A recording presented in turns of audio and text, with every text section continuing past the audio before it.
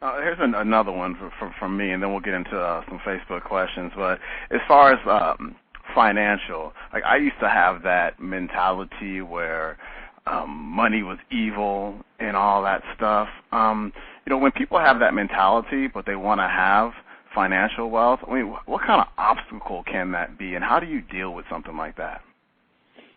3 words: get over it. Get over That's it, man. exactly what I did. You know why? Because most of that comes from when we were kids, that we were taught that money can't buy what?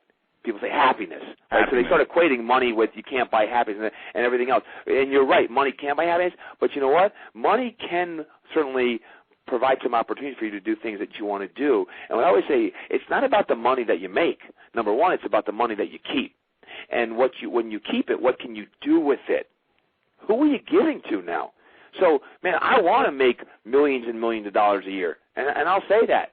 But I also know that when I make that, I can't wait to be able to give to who I want to give, and have people not even know what or who I'm giving to. I mean, that would be a really cool thing. And whether that be $100 a year you're giving away, 1,000 or 1,000,000 or 100 million, it's who you're giving to.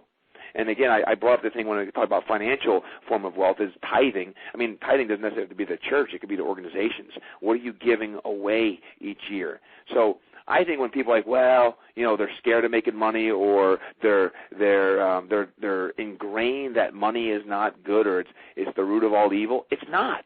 It's your relationship with money that's important, and in creating avenues where you can create revenue. What about finding a driving force to inspire ways to give away money? That's when I think you really find like ultimate energy and inspiration and peace, because now you have a lot of money to give away. And what a great feeling when you can hand someone a check for a certain amount of money, or to do it anonymously.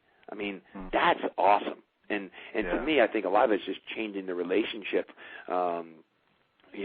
with money. And even when I was young in business, I mean, man, when you generate in your business, $100,000 in revenue in the beginning, it was like, oh my gosh. Well, it's not how much you generate, it's about how much you keep at the end of the day, because at the end of the day, when you keep it, what are you going to do with that money? What are you going to do to promote your community or organizations or folks that need that?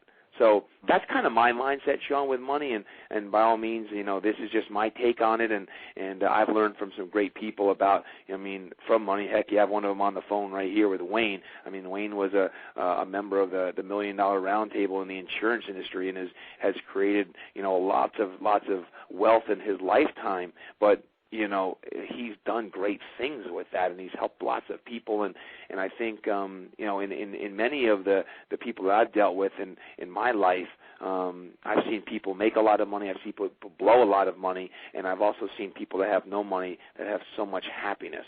So it's part of the lesson, it's part of the journey. Yeah, I've definitely gotten over that one right there. I used to have this fear, like, hey, if I make any money, my audience is going to turn their backs on me. I can't endorse any products because I think I'm just selling them and all this stuff. But, as long as I'm serving people, I'm good. Got it.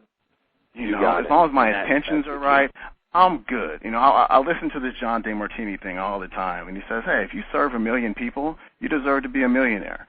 You know what I mean? And I'm very giving of my money as well, and so it always seems to come back, and so definitely gotten over that one for sure. Right. And, Sean, with that, I think what happens is as you continue to grow your list and your following, and we get more success in life, I think what happens a lot of times is you have to develop some thicker skin. I was talking to someone, actually everyone on this call would know very well, a very, very popular and famous athlete today. And, the higher you are and the more you are at the top of your game, the more people want to cut you down, and they want to take you out.